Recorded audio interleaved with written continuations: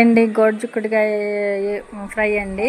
ఎల్లిపాయ కారంతో ఇలా చేస్తే బాగుంటుందండి. బాండిల్ పెట్టేసి 4 స్పూన్లు ఆయిల్ వేసానండి. పోపు గింజలు, ఎండుమిర్చి, కరివేపాకు వేసేసి కొంచెం వేయించుకోవాలండి. ఇట్లా దోరగా వేయిన తర్వాత గోరుచిక్కుడుకాయలు ముక్కలు వేసేసేయాలండి. కడిగేసి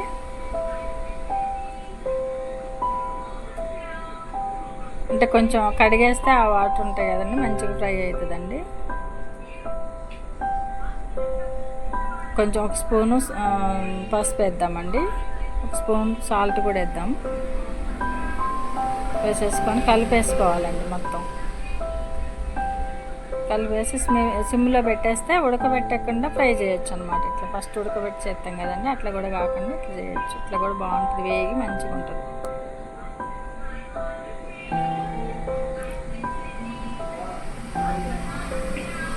తర్వాత ఒక 10 నిమిషాల తర్వాత చూడండి ఎలా ఉంది.